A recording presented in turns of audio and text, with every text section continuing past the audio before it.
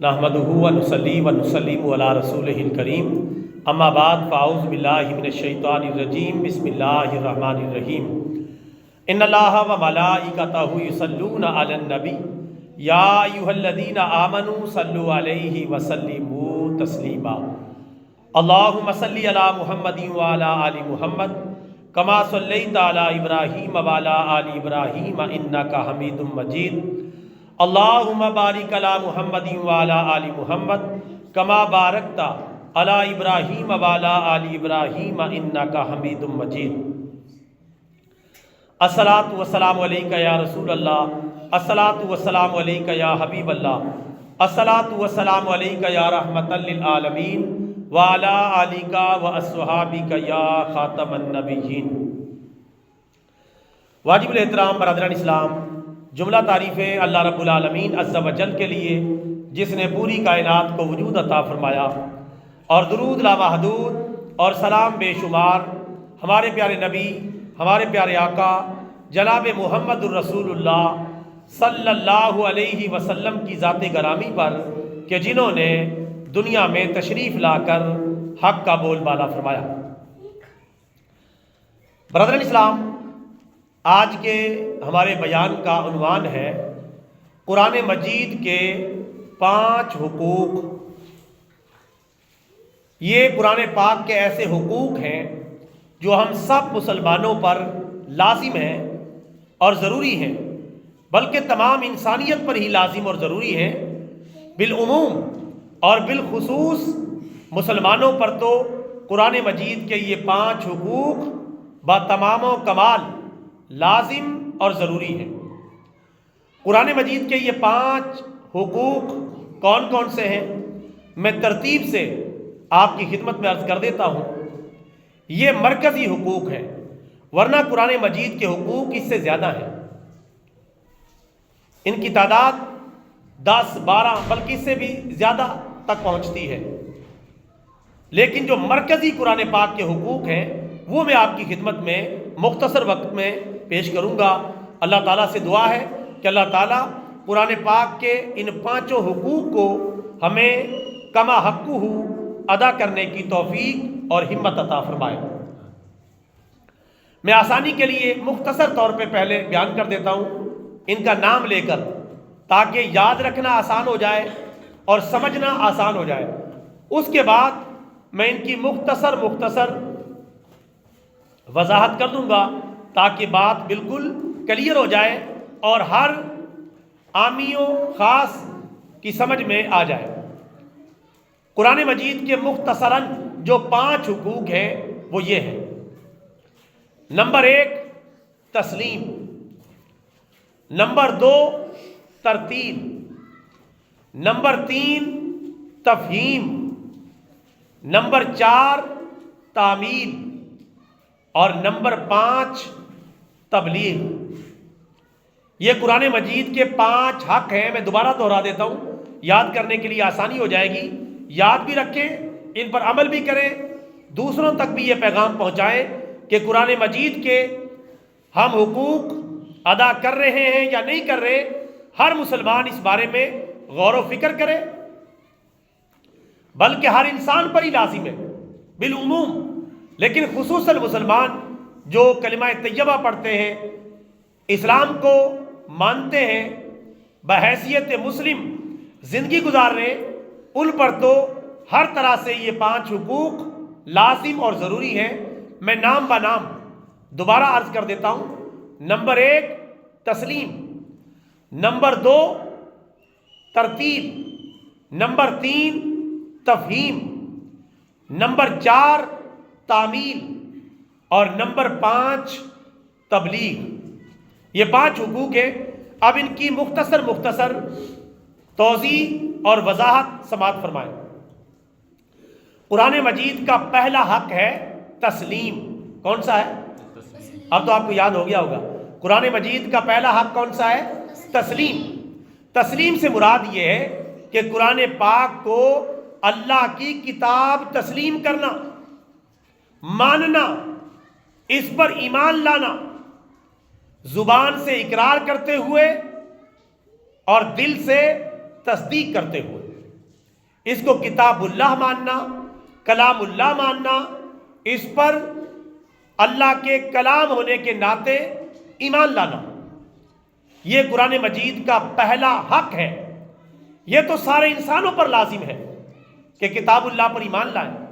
مسلمان تو اللہ کا شکر ہے پہلے ہی اس پر ایمان رکھتے ہیں، کم از کم مسلمانوں نے یہ حق تو صحیح پورا کیا ہوا ہے۔ باقی جو حقوق ہیں ان میں کمی اور کوتاہی موجود ہے، اس کو دور کرنے کی ضرورت ہے۔ یہ جو پہلا حق ہے، مسلمانوں کے علاوہ غیر مسلموں نے یہ حق ادا نہیں کیا، ان کو بھی ادا کرنا چاہیے اور اپنے انسان ہونے کا ثبوت دینا چاہیے۔ انسان وہی ہے جو اپنے پیدا کرنے والے کی بات کو مانے اور اس کے کلام کو تسلیم کرے۔ چونکہ اسلام آفاقی مذہب ہے، قرآن پاک آفاقی، بین الاقوامی اور انٹرنیشنل کتاب ہے اور اس کی تعلیمات بھی انٹرنیشنل ہے، لہٰذا یہ کسی خطے تک محدود نہیں، کسی علاقے تک محدود نہیں، پوری انسانیت کے نظام کو چلانے والی یہ کتاب ہے جسے قرآن پاک، قرآن حکیم اور قرآن مجید کہا جاتا ہے۔ تو پہلا حق قرآن پاک کا کون سا ہے؟ تسلیم، یعنی تسلیم کرنا، اس بات کو ماننا، اس پر ایمان لانا کہ یہ اللہ کی کتاب ہے، اللہ کا کلام ہے۔ کافر بھی مان جائیں گے تو اچھے رہیں گے، نہیں مانیں گے اللہ تعالیٰ کا کچھ نہیں بگڑے گا، قرآن پاک کا کچھ نہیں بگڑے گا، وہ اپنی آخرت کا خود ہی نقصان کر بیٹھیں گے۔ قرآن مجید کا دوسرا حق، قرآن مجید کا دوسرا حق ہے ترتیل، یا آسانی کے لیے کہہ لیں ترتیل و تلاوت۔ تلاوت و ترتیل بھی کہہ سکتے ہیں۔ یہ قرآن مجید کا دوسرا حق ہے جو ہم مسلمانوں پر لازم ہے۔ سارے مسلمان پہلے حق کو تو مانتے بھی ہیں، جانتے بھی ہیں، تسلیم بھی کرتے ہیں اور اس حوالے سے کوئی کوتاہی بھی نہیں کرتے۔ کوئی مسلمان ایسا نہیں ہو سکتا جو قرآن پاک کو اللہ کی کتاب نہ مانے۔ ایسا اگر کوئی کرے گا تو مسلمان نہیں ہو سکتا۔ لہذا پہلا حق تو مسلمانوں کے حوالے سے کلیئر ہے۔ اب کافر اس کے مخاطب ہے کہ وہ اس حق کو تسلیم کرے۔ باقی جو 4 حقوق ہیں ان پر بھی مسلمان تھوڑا تھوڑا عمل کر رہے ہیں، 50%، 70%، 40%، 30% عمل کر رہے ہیں، لیکن اگر مکمل عمل کر لیں تو اللہ کا شکر ہے پوری دنیا میں اس کتاب انقلاب کے ذریعے انقلاب پیدا ہو جائے گا۔ دوسرا حق ہے تلاوت و ترتیل۔ ترتیل کا معنی ہوتا ہے ٹھہر ٹھہر کر قرآن پاک کو پڑھنا، اور تلاوت کا معنی ہوتا ہے قرآن پاک کو پڑھنا۔ تلاوت کا لفظ خاص طور پہ قرآن پاک کے پڑھنے کے لیے استعمال ہوتا ہے۔ ویسے تو تلاوت کا معنی پڑھنا ہوتا ہے، لیکن یہاں مراد ہے قرآن پاک کو پڑھنا۔ جب ہم تلاوت کا لفظ بولیں گے ہر بندہ سمجھ جائے گا کہ قرآن پاک کو پڑھنے کی بات ہو رہی ہے۔ تو یہ قرآن پاک کا دوسرا حق ہے۔ کم از کم پوری زندگی میں مسلمان کو ایک قرآن پاک تو ختم کرنا چاہیے، کم از کم۔ جس نے ایک مرتبہ بھی قرآن پاک کو پورا نہیں پڑھا تو وہ برائے نام مسلمان ہے، برائے نام، دکھلاوے کا مسلمان ہے۔ اور اس سے بڑھ کر کوشش کرے ہر سال قرآن پاک کو مکمل کرے، اس سے بڑھ کر کوشش کرے ہر مہینے قرآن پاک کو ختم کرے، چونکہ اس کا ایک سپارہ ہے، 30 دنوں میں 30 سپارے پڑھے جائیں گے۔ اور اس سے بھی بڑھ کر یہ ہے کہ 7 دنوں کے اندر قرآن پاک کو مکمل کیا جائے، اور بعض روایتوں میں 3 کا بھی ذکر ہے، بعض روایتوں کے اندر کہ 3 دن میں ختم کر لیا جائے، لیکن 3 دن سے کم میں قرآن پاک کو ختم کرنا غیر مناسب ہے، اور کئی حدیثوں میں اس کی ممانعت بھی کی گئی ہے، چونکہ 3 دن سے بھی جلدی قرآن پاک کو مکمل کریں گے تو اس کا حق ادا نہیں ہوگا۔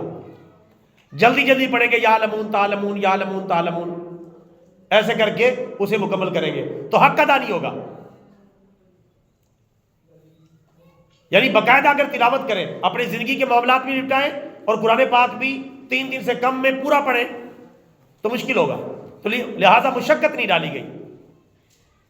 تو میرے بھائیوں، جو ان میں سے کیٹیگری آپ کو سوٹ کرتی ہے اس کو اختیار کر لیں۔ 3 دن، 7 دن، 1 ماہ، 3 مہینے 6 مہینے 9 مہینے 1 سال اور بالکل بھی نہیں تو کم از کم زندگی میں 1 مرتبہ تو قرآن پاک پڑھ لیں. قرآن پاک کو پڑھنا سیکھیں اور مکمل قرآن پاک پڑھیں. اب جو قرآن پاک پڑھے ہی نہیں ہوئے اور زندگی گزارے بیٹھے ہیں، اب ان سے تو یہی کہا جا سکتا ہے کہ آپ قرآن پاک کی سطروں پر ہاتھ پھیر کے کم از کم بسم اللہ شریف ہی پڑھ لیں. کم از کم قرآن پاک کو دیکھنا، ٹچ کرنا، اور بسم اللہ بھی قرآن پاک کی ایک صورت ہے، وہ تو آپ کو نصیب ہو جائے گا. میرے بھائیوں، قرآن پاک کی تلاوت اور ترتیل کے ساتھ تلاوت یہ قرآن پاک کا دوسرا حق ہے. ہم میں سے یہ حق کون کتنا ادا کر رہا ہے؟ ہر بندہ اپنے گریبان میں منہ ڈال کے سوچے کہ وہ کتنا ادا کر رہا ہے. اگر وہ صحیح ڈگر پہ چل رہا ہے تو اچھی بات ہے، نہیں تو اپنی اصلاح کرنی چاہیے. قرآن مجید کا تیسرا حق ہے تفہیم. کون سا حق ہے؟ بولے تفہیم. تفہیم کا معنی ہوتا ہے قرآن پاک کو سمجھ کر پڑھنا. ایمان لے آئے نمبر 1، تلاوت کر لی نمبر 2، اب باری آئی ہے سمجھنے کی.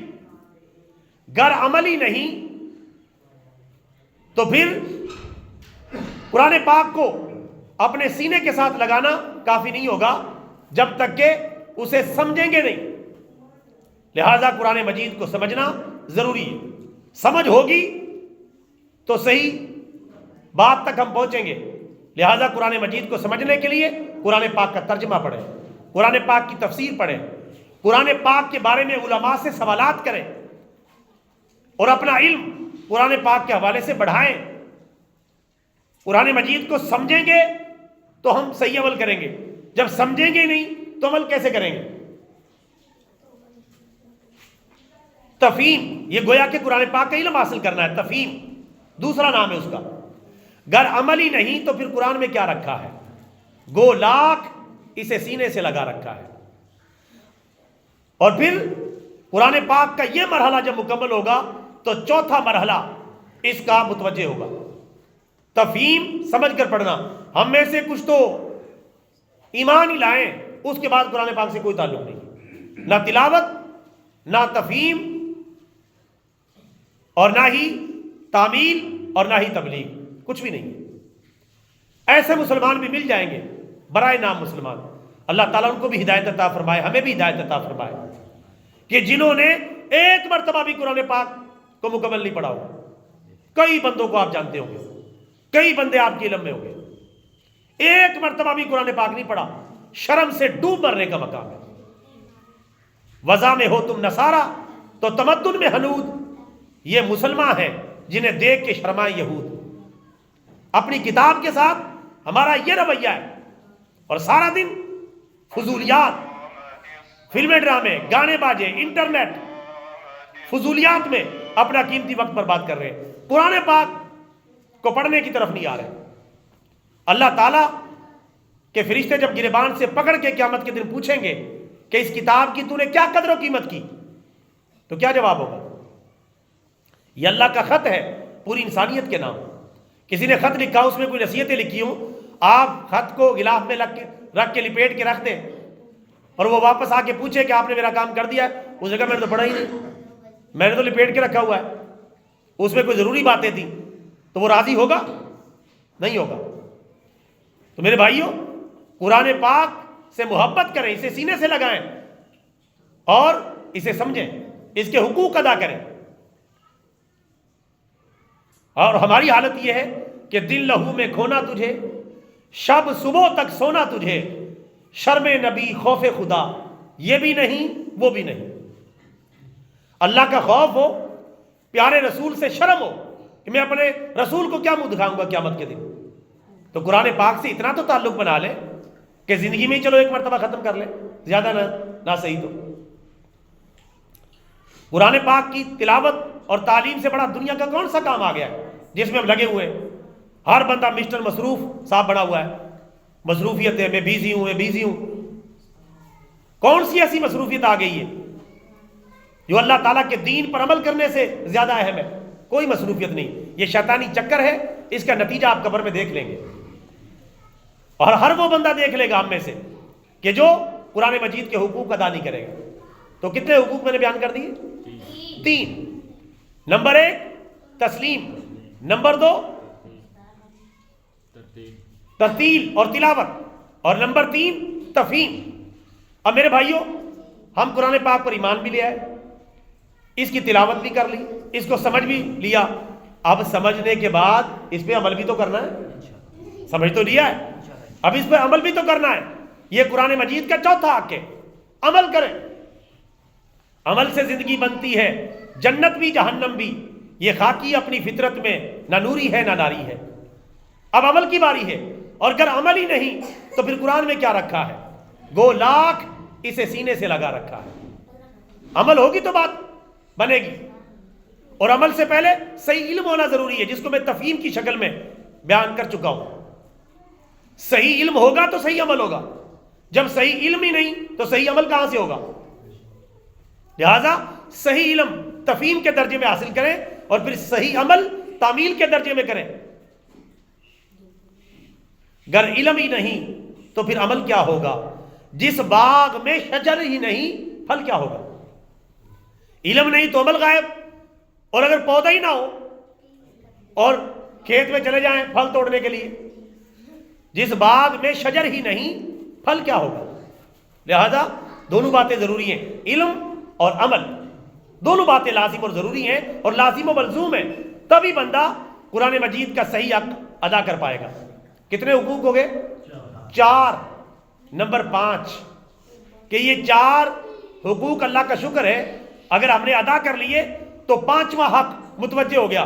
وہ یہ کہ ہم نے قرآن پاک پر ایمان بھی لے آئے، تلاوت بھی کر لی، اور اسے سمجھ بھی لیا، اور اس پہ عمل بھی کر لیا. اب میرے بھائی اس کو آگے بھی تو پھیلانا ہے. یہ خزانہ اپنے گھر میں تو نہیں رکھنا، اس کو آگے بھی تو پھیلانا ہے. یہ اللہ تعالیٰ کا عطا کردہ خزانہ ہے. اس میں جواہر و لال اور موتی اور ہیرے، دنیا و آخرت کے فوائد کے چھپے ہوئے ہیں. اور قرآن پاک میں پوری کائنات کا خلاصہ سمو دیا گیا ہے، اور اتنے پیارے طریقے سے سمویا گیا ہے. اللہ قرآن پاک میں فرماتا ہے ولا اصغر من ذالک ولا اکبر الا فی کتاب مبین. کوئی چھوٹی سے چھوٹی چیز اور کوئی بڑی سے بڑی چیز ایسی نہیں جو قرآن پاک میں موجود نہ ہو. ہر چیز کا ما فرطنا، کوئی چیز ہم نے نہیں چھوڑی مگر اس کا ذکر قرآن پاک میں موجود ہے. تو قرآن پاک میں سب کچھ موجود ہے. جتنی غوطہ زنی کریں گے اتنے ہی ہیرے اور جواہرات نکالتے چلے جائیں گے. لہذا قرآن پاک کے ساتھ تعلق مستحکم کریں، مضبوط بنائیں. اب ہم نے یہ 4 کام کر لیے تو 5واں کام کیا آ گیا؟ اب اس خزانے سے ہم نے فائدہ اٹھا لیا. یہ خزانہ چھپانے والا نہیں ہے، یہ خزانہ پھیلانے والا ہے، بانٹنے والا ہے، تقسیم کرنے والا ہے. جس طرح علم بانٹنے سے بڑھتا ہے، اسی طرح قرآن پاک کا علم پھیلانے سے اور بڑھ جاتا ہے، اور نورانیت آ جاتی ہے. اب اس کو پھیلانا ہے کہاں تک؟ مشرق سے مغرب تک، شمال سے جنوب تک. کتنا پھیلانا ہے؟ ہر جگہ پھیلانا ہے. کس نے پھیلانا ہے؟ ہر بندے نے پھیلانا ہے. ہر بندے نے کتنا پھیلانا ہے؟ جتنی اس کے اندر صلاحیت ہے، جتنا وہ جانتا ہے، جتنا اس کے پاس علم ہے، جتنی اس کے پاس طاقت اور کیپیسٹی ہے، اس کے حساب سے اس نے پھیلانا ہے. اللہ اسے پوچھے گا اتنی طاقت تو تیرے پاس تھی، میرے قرآن کی دعوت کو عام کرنے کے لیے تو نے کیا کردار ادا کیا؟ اور ہمارا کردار کتنا ہے میرے بھائیوں؟ بڑا ہی برا حال ہے ہمارا کتاب اللہ کے حوالے سے بڑا ہی برا حال. ہم نے کتنے لوگوں کو قرآن پاک پہنچا دیا، کتنے لوگوں کو دین سکھا دیا. یہ دعوت و تبلیغ یہ قرآن پاک کا 5واں حق ہے. اپنوں میں بھی تبلیغ کریں، مسلمانوں میں اصلاح کے طور پہ، اور کافروں میں بھی تبلیغ کریں انہیں اسلام کی طرف لانے کے لیے، تاکہ وہ صحیح راستے پر آ جائے. اور اللہ کا شکر ہے قرآن پاک کے اندر یہ طاقت ہے. آپ اس کو لے کر اٹھیں، اس کی دعوت کو لے کے اٹھیں اور پوری دنیا پہ چھا جائیں. پوری دنیا اس قرآن پاک کو قبول کرنے کے لیے تیار ہے. 8 ارب کے قریب دنیا کی آبادی ہے، جس میں 1/3 آبادی تو مسلمانوں کی ہے، اور باقی کفار ہیں، مشرکین ہیں، یہود و نصارہ ہیں، ہندو ہیں، سکھ ہیں، سیکولر ہیں، بے دین ہیں، دہریہ ہیں. ایسے لوگ ہیں. ان تک دین کی دعوت کون پہنچائے گا؟ ہم سب اپنے اپنے درجے میں، جتنی اللہ نے توفیق دی ہے اس درجے میں دین کی دعوت پہنچانا لازم اور ضروری ہے. اور اللہ کا شکر ہے اسلام اور قرآن اپنی حقانیت کو منوا رہے ہیں. ساری دنیا میں اسلام پھیل رہا ہے. امریکہ میں، برطانیہ میں، اٹلی میں، جرمنی میں، روس میں، چائنا میں، ہر جگہ، یورپی ممالک میں، افریقی ممالک میں، ہر جگہ. ابھی میں کل پڑھ رہا تھا چائنا کے ایک تاجر کلمہ پڑھ کے مسلمان ہو گیا. چائنا جن کی ہمیں سمجھ نہیں آتی یانگ وانگ کیا کچھ کہتے رہتے، لیکن جب اس کو سمجھ آئی، پلے پڑی بات، کلمہ پڑھ کے مسلمان ہو گیا. کوئی گلوکار کلمہ پڑھ کے مسلمان ہو رہا ہے. پچھلے دنوں برطانیہ کے وزیر اعظم کا برادر ان لا کلمہ پڑھ کے مسلمان ہو گیا. اس طرح اسلام پھیل رہا ہے. لیکن ہمارا کیا کردار ہے؟ ہمارا کردار تو اللہ معاف فرمائے یا 0% ہے، یا کوئی 1-2% لگا لے، یا 10-5% لگا لے.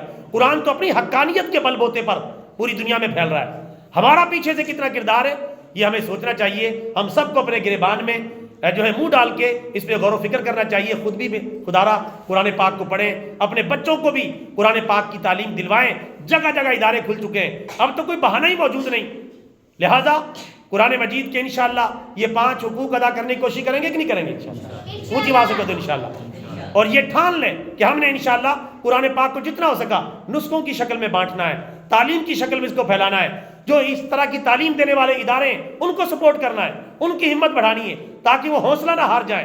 کیونکہ آج حکمرانوں کی طرف سے اسلامی اداروں کے لیے کوئی سپورٹ نہیں ہے. سکولوں کالجوں کے لیے سپورٹ ہے، دینی اداروں کے لیے کوئی نہیں. یہ اپنی مدد آپ کے تحت چل رہے ہیں. آگے بڑھ کر ان دین کے اداروں کو سپورٹ کریں تو الحمدللہ ہر طرح ہمارا صدقہ جاریہ بنتا چلا جائے گا. اور کوشش کریں جب یہ قرآن پاک کی آپ دعوت دیں گے تو لوگ کلمہ پڑھ کے مسلمان ہوں گے. اور زندگی میں ایک مرتبہ ٹھان ہی لیں یار کہ میں نے کم از کم ایک بندے کو مسلمان بنانا ہی بنانا ہے. کہہ دو انشاءاللہ. اور کوئی مشکل کام نہیں ہے. ایک بندے کو میں نے کم از کم مسلمان بنانا ہی بنانا ہے. یہودی کو بنا لیں، عیسائی کو بنا لیں، مرزائی کو بنا لیں، کسی سکھ کو بنا لیں، ہندو کو بنا لیں، دائیں بائیں ہمارے کئی غیر مسلم ہیں. کسی کو ٹارگٹ کر لیں پیار سے، محبت سے، دلیل سے. تھوڑا بہت اگر لالچ بھی دینا پڑے تو لالچ دینا جائز ہے. اسلام کی طرف بلانے کے لیے کوئی کھانا کھلا دیا، اس نے سلوک کر دیا، کوئی تعاون کر دیا، کوئی سپورٹ کر دیا. اگر ایک بندے کو آپ نے مسلمان بنا لیا نا، آپ کی بخشش کا مسئلہ حل ہو جائے گا. نبی پاک صلی اللہ علیہ وسلم نے فرمایا تمہاری وجہ سے ایک بندہ بھی ہدایت پر آ گیا تو اتنے اونٹ، ایک روایت میں 100 اونٹ اور ایک روایت میں اتنے اونٹ، تعداد نہیں بیان کی گئی، اتنے اونٹ تم اللہ کے راستے میں صدقہ و خیرات کرو، ان کا اتنا ثواب نہیں ملے گا جتنا ایک بے ہدایت بندے کو، ایک غیر مسلم بندے کو کلمہ پڑھانے کا آپ کو ثواب ملے گا. تو میرے بھائیو ہمت کریں. دائیں بائیں ایسے ہی چھوڑ دیتے ہیں، نظر انداز کر دیتے ہیں. کئی مرتبہ ہمارے آمنے سامنے آتے ہیں، ان کو بٹھائیں، ان سے گفتگو کریں، ان سے بات پوچھیں.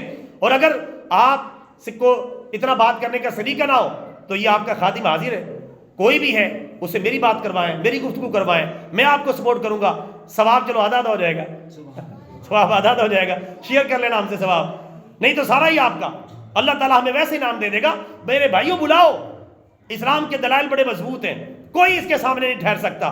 نہ عیسائیت، نہ یہودیت، نہ ہندو مذہب، نہ سکھ مذہب، نہ بدھ مت، نہ جین مت، نہ سیکولر، نہ دہریہ، نہ لبرلزم، کوئی اس کے، نہ ملحدین اور نہ ہی مرزائی، کوئی اس کے سامنے نہیں ٹھہر سکتا. اسلام کے اندر وہ پاور ہے، وہ طاقت ہے، وہ قوت ہے، وہ دلائل موجود ہے. لہذا کام کرنا اور ماحول بنانا آپ کی ذمہ داری ہے، دلائل دینا ہماری ذمہ داری ہے، سمجھانا ہماری ذمہ داری ہے. اس کو قائل کرنا، ماحول تو بنائیں. الحمدللہ دیکھیں بندہ سوچتا رہے، میں بچپن سے مجھے شوق ہے غیر مسلموں کو مسلمان بنانے کا. الحمدللہ اب تک میرے ہاتھوں پر اللہ کے فضل و کرم سے اور آپ بھائیوں کی دعاؤں کی برکت سے 40 افراد کلمہ پڑھ کے مسلمان ہو چکے ہیں.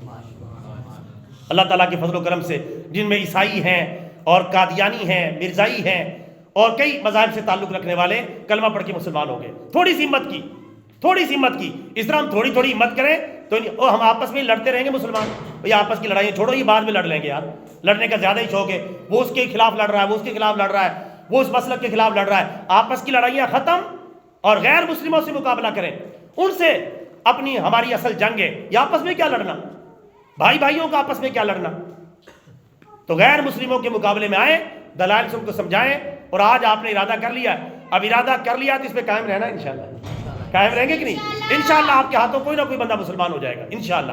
آپ کوشش کریں، ہماری ضرورت ہے تو ہم حاضر ہیں. اللہ تعالیٰ سے دعا ہے اللہ تعالیٰ قرآن پاک کے یہ 5 حقوق ہمیں ادا کرنے کی توفیق عطا فرمائے، اور اپنی اپنی ہمت کے مطابق غیر مسلموں کو دعوت اسلام پیش کرنے کی توفیق عطا فرمائے۔ آمین۔ وما علینا الا البلاغ المبین۔